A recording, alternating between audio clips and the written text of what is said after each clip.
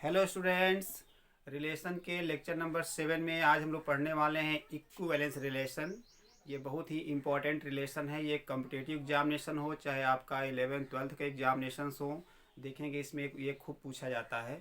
तो अब मैं बता दूं आपको कि जो इक्विवेलेंस रिलेशन आप पढ़ने जा रहे हैं, तो कहोगे अरे आज तो हम लोग कोई एक नया रिलेशन पढ़ने जा रहे हैं। नहीं, मैं बता दूं आपको कि जो इक्विवेलेंस रिलेशन पढ़ने आप जा रहे हो ये ऑलरेडी आप लर्न कर चुके हो। पूछोगे कैसे, तो मैं बता दूं आपको कि ये जो रिलेशन होता है इक्विवेलेंस रिलेशन, ये 3 रिलेशन से मिलकर बनता है और उन 3 रिलेशंस को ऑलरेडी आप लर्न कर चुके हो। जिसमें बता दूं, जिसमें आपका फर्स्ट है रेफ्लेक्सिव रिलेशन, सेकेंड है सिमेट्रिक और थर्ड आपका है ट्रांजिटिव रिलेशन। कहने मतलब हुआ कोई भी रिलेशन आपका इक्विवेलेंस रिलेशन तब होता है जब वो रिलेशन आपका reflexive, symmetric as well as वो क्या हो, आपका ट्रांजिटिव हो। तो चलिए आज हम लोग शुरू करते हैं equivalence relation.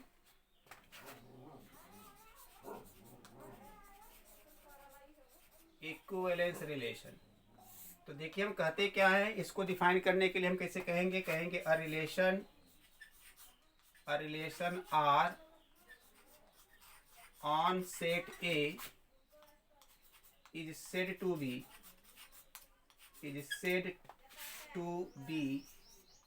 N equivalence relation if it satisfies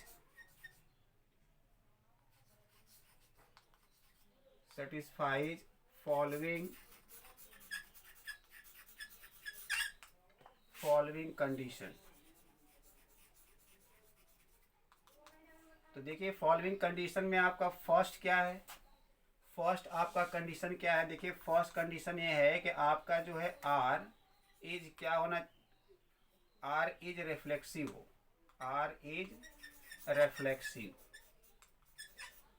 are is reflexive. तो देखिए आर इज रिफ्लेक्सिव का मतलब क्या होता है। रिफ्लेक्सिव का मतलब ये होता है, यहाँ पर इसको लिखना चाहे तो हम कहेंगे for every A belongs to A के लिए आपका जो ए टाइप्स के जो आर्डर पेयर है वो आर को बिलोंग करना चाहिए। ये हमने आपको पहले डिफिनीशन में दे रखा है। इसी को एक तरीके से और भी बताया था मैंने, आपका ये बताया था। और डैट इज, इसको मैंने ऐसे लिखा था, डैट इज जो डायगोनल रिलेशन है जिसको हम आइडेंटिटी रिलेशन भी बोलते हैं, जिसको हम आई ए कहते हैं, ये उस रिलेशन का सबसेट होना चाहिए। अगर आइडेंटिटी रिलेशन अगर किसी रिलेशन आर का सबसेट है तब भी हम उसको क्या बोलते हैं, रिफ्लेक्सिव बोलते हैं। तो आर रिफ्लेक्सिव होना चाहिए। सेकेंड पॉइंट देखिए इसमें क्या है, R is symmetric, R is symmetric. तो सिमेट्रिक का मतलब क्या होता है बताओ, आप जानते हो। For every A B belongs to A के लिए बताओ क्या होगा, अगर ए बी अगर बिलोंग कर रहा है आर में तो आप कहते हो कि this is imply that B A also belongs to R. ये इसी को आप कहते कैसे हो, डायट इज ऐसे कहते हो कि आर अगर आर इनवर्स के इक्वल है तो हम कहेंगे कोई भी रिलेशन क्या होगा, सिमेट्रिक होगा। तो अब देखो यहाँ पे एक प्रोसेस और भी समझते चलिएगा। देखिए यहाँ पे हमने रिफ्लेक्सिव के लिए ए का कितने एलिमेंट यहाँ पे लिया, सिंगल। सिमेट्रिक के लिए कितना लिया, 2 एलिमेंट ए बी। अब ऐसे ही देखोगे एंड जो थर्ड नंबर है, एंड आर इज ट्रांजिटिव,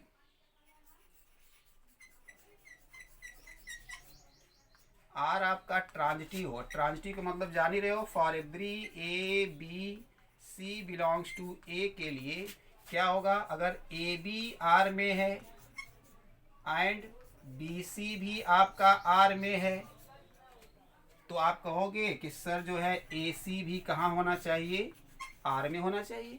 ए सी भी आर में होना चाहिए।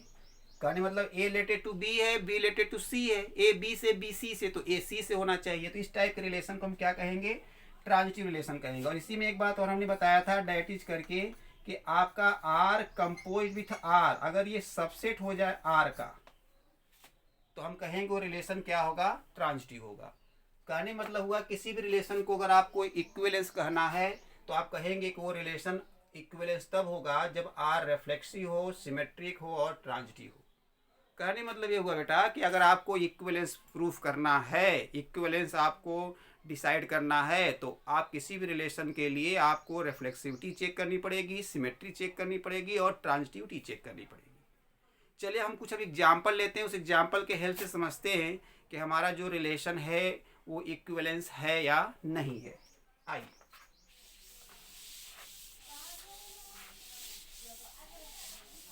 जैसे मैं पहले एग्जाम्पल में अगर हम पहले बात करें, पहले नंबर हम बात करते हैं इम्पटी रिलेशन का।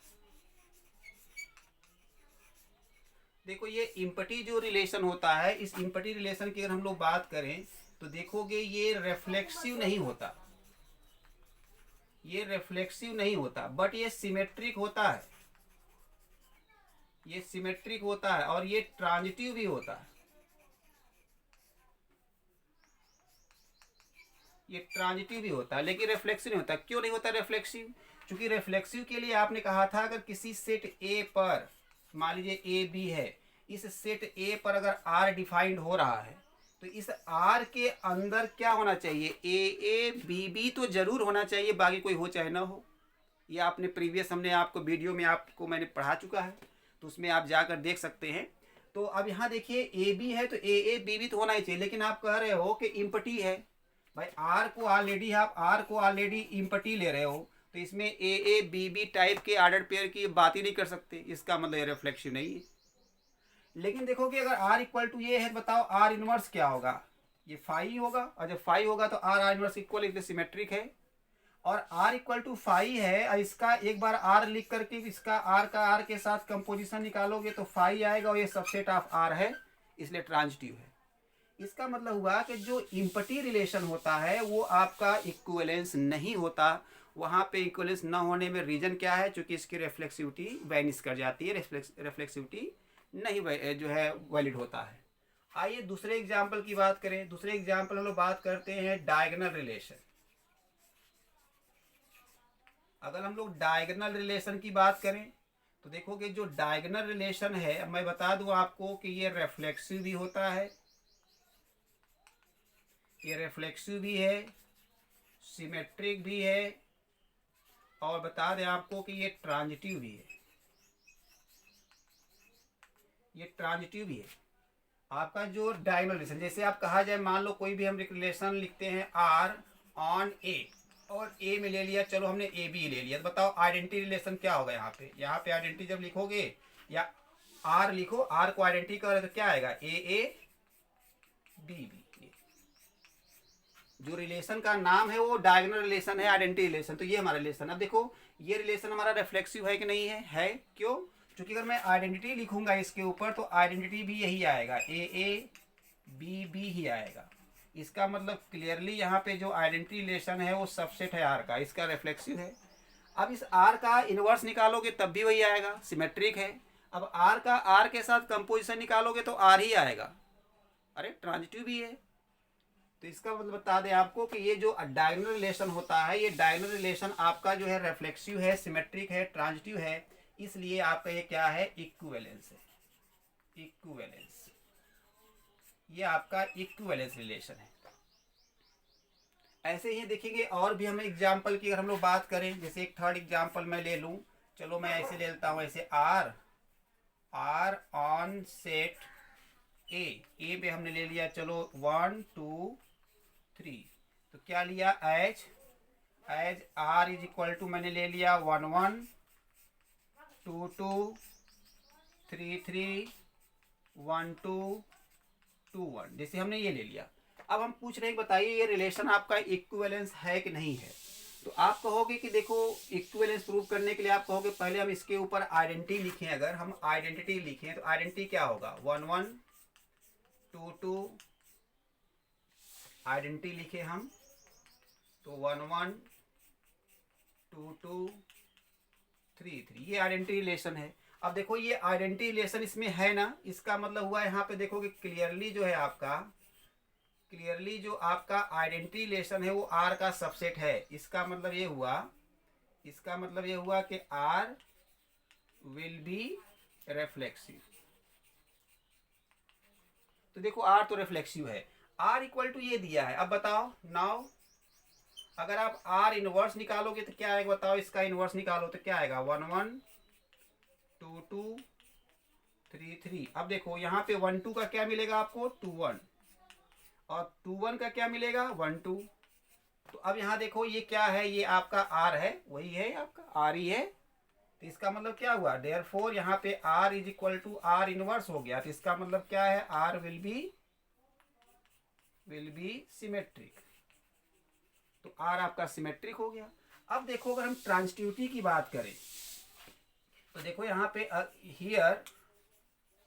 Here R is equal to क्या दिया था, 1 1 2 2 3 3 1 2 2 1 ये दिया था। एक बार फिर आर लिखो, 1 1 2 2 3 3 1 2 2 1 ये।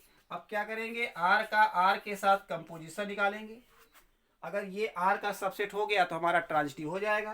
तो अब देखो यहाँ पर 1 1 से है, 1 1 से है, तो क्या मिलेगा यहाँ पे 1 1। अब फिर 1 1 से है, 1 1 से है, 1 1 से, तो 1 1 मिल गया। फिर देखो कहीं 1 से, यहाँ पे देखो 1 1 से है, 1 2 से है, तो क्या मिलेगा 1 2। अब देखो और कहीं 1 से है, नहीं है, 2 2 से है, 2 2 से है, क्या मिलेगा आपको 2 2। अब फिर 2 2 से है, 2 1 से, तो क्या मिलेगा 2 1। अब और कहीं नहीं, 3 3 से है, 3 3 से है, तो क्या मिलेगा आपको 3 3। और 3 3 से और कहीं है नहीं। अब देखो 1 2 से है और 2 2 से है, तो 1 2। देखो 1 2 से है, 2 2 से है, तो फर्स्ट और लास्ट 1 2, तो 1 2 इसमें आ चुका है देखो यहाँ। अब फिर 1 2 से है और 2 1 से है, तो 1 1 ये भी इसमें आ चुका है। अब इसमें आ जाए 2 1 से है, 1 1 से है, तो क्या आ जाएगा 2 1 वो भी आ चुका है। 1 2 1 से है और 1 2 से है, 2 2 वो भी आ चुका है। 2 1 से है और 2 1 से है और 1 कहीं है नहीं, बस ये हो गया आपका। और एक्चुअली में देखो कि ये जो आपने निकाला है एक्चुअली में ये आर ही है। इसका मतलब क्या हुआ, देयरफॉर आपका जो आर कंपोज्ड विथ जो आर है वो सबसेट ऑफ आर हो गया। इसका मतलब आर विल बी ट्रांजिटिव। ये ट्रांजिटिव भी आपका हो गया। तो आर देखिए क्या है, आर रिफ्लेक्सिव भी है, सिमेट्रिक भी है, ट्रांजिटिव भी है। तो इसका मतलब क्या मिला आपको, ये मिला hence R is an equivalence relation। इसका मतलब R आपका एक इक्विवेलेंस रिलेशन है।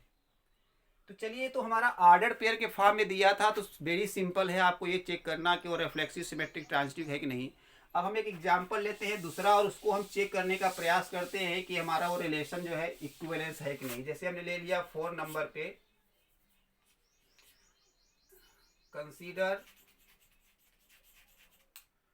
Consider a relation R on Z. Z क्या है, set of integers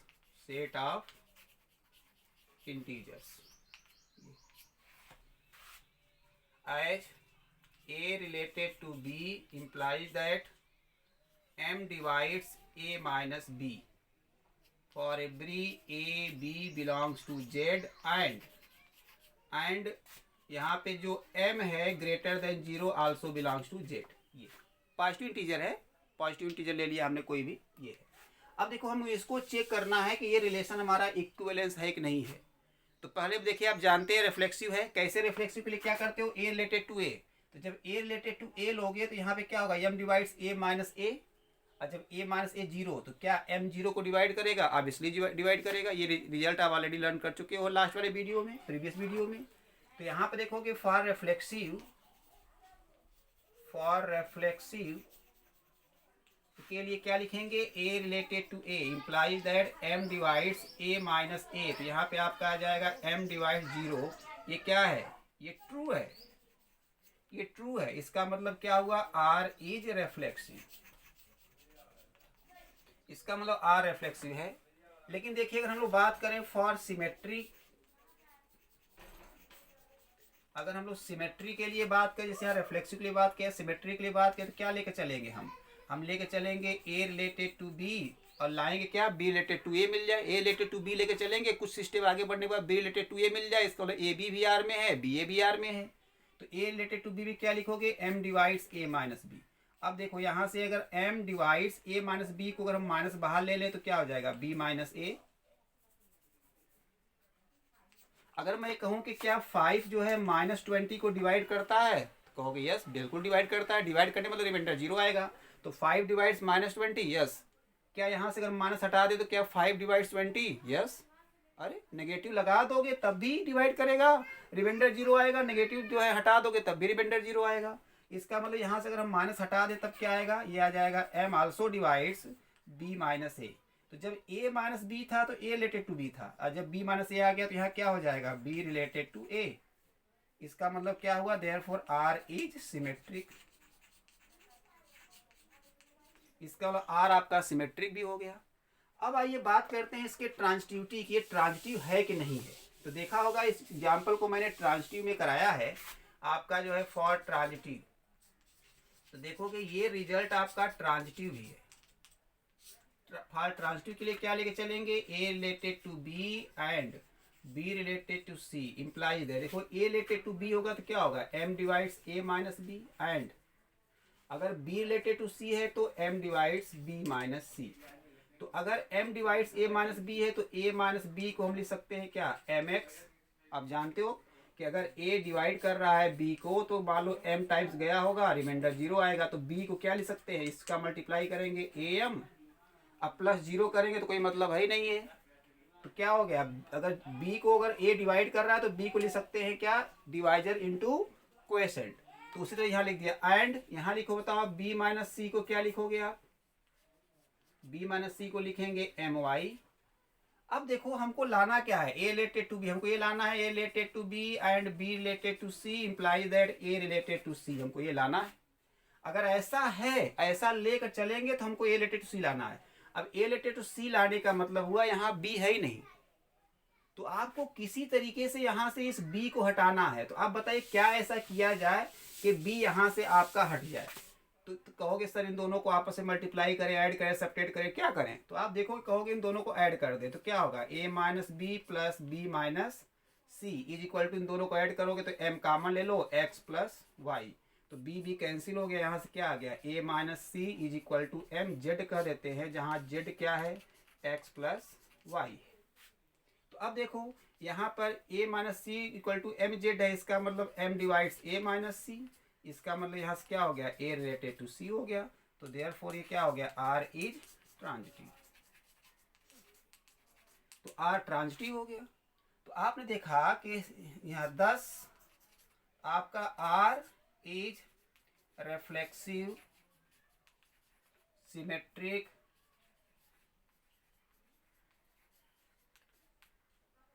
and transitive, ये तीनों है। तो hence R will be an equivalence relation।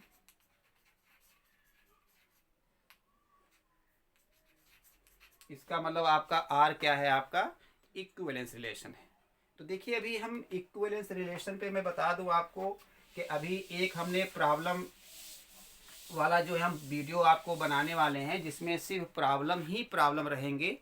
तो वो वीडियो आपका थोड़ा लंबा होगा, आपको टाइम दे करके उसको देखना पड़ेगा थोड़ा सा। तो ध्यान दीजिएगा, मैं एक प्रॉब्लम का वीडियो बनाने वाला हूँ और उसको आप ज़रूर देखिएगा। तो चलिए हम लोग बात करते हैं, समझ गए कि आपका इक्विवेलेंस रिलेशन क्या है। अब हम लोग बात करेंगे नंबर ऑफ इक्विवेलेंस रिलेशन का। Number of equivalence relation,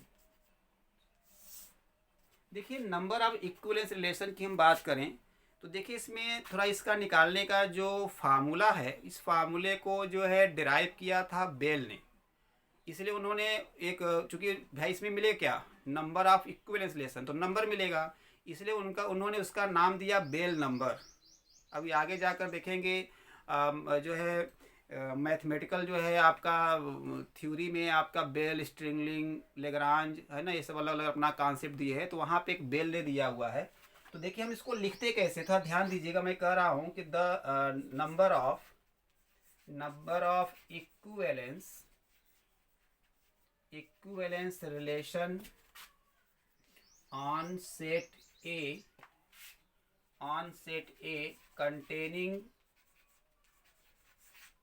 containing n+1। देखो यहाँ पे मैं n+1 एलिमेंट्स लिख रहा हूँ।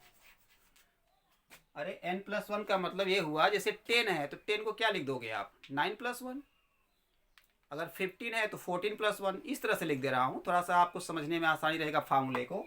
तो कंटेनिंग n+1 एलिमेंट है ना। तो इसको देखिए कैसे लिखते हैं, ये लिखते हैं Pn+1 is equal to summation of r is equal to 0 से n, यहाँ वाला n जो यहाँ लिखेंगे वो यहाँ लिखेंगे, और ये क्या होगा NCR, और ये आपका क्या है PR। यहाँ पर देखिए ये PR जो है इसी को हम लोग कहते हैं बेल नंबर, इसी को बेल नंबर कहते हैं, या इसी को हम लोग एक नाम से और जानते हैं, इसको बोलते हैं क्या है बेल नंबर का कॉन्सेप्ट दो तरीके से आता है। एक तो कॉन्सेप्ट आता है ये जानने के लिए कि कितने इक्विवेलेंस रिलेशन होंगे, उसमें हेल्प लेते हैं हम लोग बेल नंबर का। देखिए ले रहे हैं ना, इस फार्मूले में बेल नंबर का यूज हो रहा है। और ये PR बताता क्या है, ये PR बताता है नंबर ऑफ नॉन इम्पटी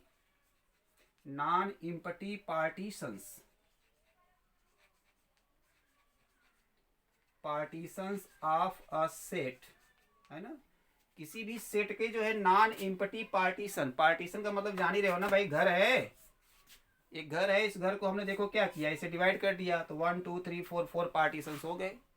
लेकिन ऐसा पार्टीशन करना है कि इसका कोई भी पार्ट इसमें कॉमन न हो, इसका कोई पार्ट इसमें कॉमन हो, इसका पार्ट कोई इसमें कॉमन न हो, तो क्या हो गया नॉन इम्पटी हो गया, है ना। मतलब नॉन इम्पटी कहने का मतलब यहाँ पे है कि इसमें कुछ न कुछ आपके एलिमेंट्स होने चाहिए, और ज्वाइंट नहीं होना चाहिए, अलग अलग होने चाहिए। तो ये पार्टीशन है। पार्टीशन का कॉन्सेप्ट भी आगे आप जाकर देखोगे जब स्टैटिस्टिक्स पढ़ते हैं, तो स्टैटिस्टिक्स में एक चैप्टर है पार्टीशन ऑफ वैल्यू, जिसमें आप जब बता दें मीडियन है और क्वार्टाइल, डेसाइल, परसेंटाइल, ये सब क्या है पार्टीशन की वैल्यूज है। चलिए तो ये है। तो अब देखिए यहाँ पर अगर हम लोग एक कुछ चीज़ें और आपको याद रखना है, यहाँ पे आपको ये याद रखना है कि जो P0 होता है या जो P1 है वो आपका 1 होता है, ये आपको याद रखना है। ये जो मैं लिख रहा हूँ इसको आपको याद रखना है, यहाँ अलग से लिख दे रहा हूँ मैं यहाँ पे कि आपका जो P0 या P1 है, P1 ये आपका 1 होता है। क्यों? चूंकि यहाँ देखो P0 अगर करोगे P0 तो 0 को आप नहीं लिख पाओगे ना इस फॉर्म में, इस फॉर्म नहीं लिख पाओगे, कहोगे नहीं सर हम 0 को लिख लेंगे, तो ऐसे लिखोगे क्या 0 -1 + 1। तो यहाँ पे देखो n है, n की वैल्यू यहाँ नेगेटिव हो जाएगी तो NCR डिफाइन नहीं होगा, तो आप नहीं लिख सकते। या 1 को आप नहीं लिख सकते, P0 + 1 ऐसे लिख दोगे तो यहाँ पे n की वैल्यू क्या हो जाएगी 0, n की वैल्यू 0 यहाँ होती ही नहीं है, जान ही रहे हो आप। तो इसके लिए बेल ने जो है अलग तरीके से इसको निकाला। तो याद रखिएगा कि P0 P1 की वैल्यू क्या होती है 1 होती है। अब उसके बाद P2 निकाल सकते हो आप। अब देखो यहाँ से मैं कहूँ कि आपको P2 निकालना है तो P2 क्या लिखोगे, P2 को लिखोगे P+1, P1 + 1। तो यहाँ पर देखो क्या हो जाएगा समेशन R = 0 से 1 तक लेंगे, क्योंकि यहाँ देखो यही n है, ये n, तो यहाँ पे 1 लिख दिया। फिर क्या लिखेंगे, देखो क्या होता है NCR, तो n की वैल्यू कितनी है 1 CR, और ये हो गया PR। अब देखो यहाँ पे R की वैल्यू क्या रखोगे 0, जब 0 रखोगे क्या आएगा 1 C0, भाई R की वैल्यू 0 ले जाते 0, यहाँ भी क्या आएगा P0। अब प्लस, अब R की वैल्यू 0 से लेकर 1 तक रखना है, अब क्या रखोगे 1, तो 1 C1, अब P यहाँ क्या हो जाएगा P1। कुछ करना नहीं है, एक बार R की वैल्यू 0 से लेकर 1 तक, तो एक बार 0 रखो यहाँ दोनों जगह, फिर प्लस, समेशन मतलब जानते हो प्लस, फिर क्या रखेंगे 0 बाद क्या आता है 1, फिर 1 रखेंगे। अब देखो कि 1 C0 1 होता है, अब P0 कितना होता है पहले लिख चुके हो यहाँ पे, कितना होता है 1, और C1 1 मल्टीप्लाई बाई P1 कितना होता है 1। तो अब बताओ ये कितना हो गया 1 + 1 = 2। तो अगर ये P2 की वैल्यू 2 आ रही है, इसका मतलब हुआ कि किसी भी सेट में अगर 2 एलिमेंट्स हैं तो उसमें कितने इक्विवेलेंस रिलेशन होंगे, 2 इक्विवेलेंस रिलेशन होंगे, 2 इक्विवेलेंस रिलेशन। तो ऐसे ही अगर आप देखिए अगर 3 अगर एलिमेंट्स ले लेते हैं फॉर n = 3, अगर मान ले फॉर 3 एलिमेंट्स, फॉर 3 एलिमेंट्स के लिए क्या हो जाएगा, देखो 3 एलिमेंट्स के लिए ऐसे लिखेंगे P3, अब P3 क्या लिखेंगे P2 + 1। अब देखो इसको कैसे निकालोगे आप, ये क्या हो जाएगा, इसको लिखोगे समेशन R = 0 से कहाँ तक लेगो, यहाँ पे n की वैल्यू देखो 2 है, तो 2 ये हो गया 2 CR, ये हो गया PR। अब इसको ब्रेक करो तो क्या आ जाएगा, ये पहले R के लिए 0 रखेंगे तो क्या आएगा 2 C0 P0 + 2 C1 P1, यहाँ 0 तो यहाँ 0, और फिर प्लस क्या लिखेंगे 2 C2 P2। ये P2। तो अब देखो यहाँ पे 2C0 की वैल्यू 1 हो जाएगी, इसकी भी वैल्यू 1, प्लस इसकी वैल्यू क्या हो जाएगी 2, इसकी वैल्यू 1, अब प्लस यहाँ पे इसकी वैल्यू क्या हो जाएगी 1। और देखो P2 की वैल्यू यहाँ पे भी आप देखोगे कि P2 की वैल्यू यहाँ पर निकाला था आपने, कितना आया था, ये 2 आया था। अभी P2 की वैल्यू आपने निकाला था इसके पहले, तो अब बताइए कितना आया, 1 + 2 दैट इक्वल टू कितना हो गया 5। तो ऐसे बता दें सिमिलरली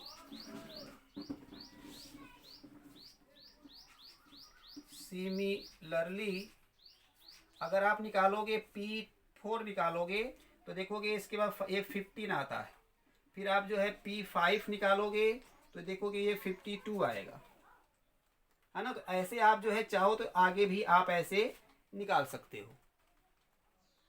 तो आई होप जो है आपको आज का जो है लेक्चर अच्छा लगा होगा। बाकी इक्विवेलेंस रिलेशन जो है, नंबर ऑफ इक्विवेलेंस रिलेशन निकालने के और भी मेथड्स हैं, तो उस मेथड्स की बात हम लोग जब प्रॉब्लम वाला वीडियो बनाएंगे हम उसमें, तो उसमें रहेगा, वो और भी इजी मेथड है, बट उसको थोड़ा सा दिमाग में आपको सोचना पड़ेगा कि कैसे उसको हम ऊपर नीचे लिख रहे हैं, अभी हम बात करेंगे। हाँ, thank you for watching this video.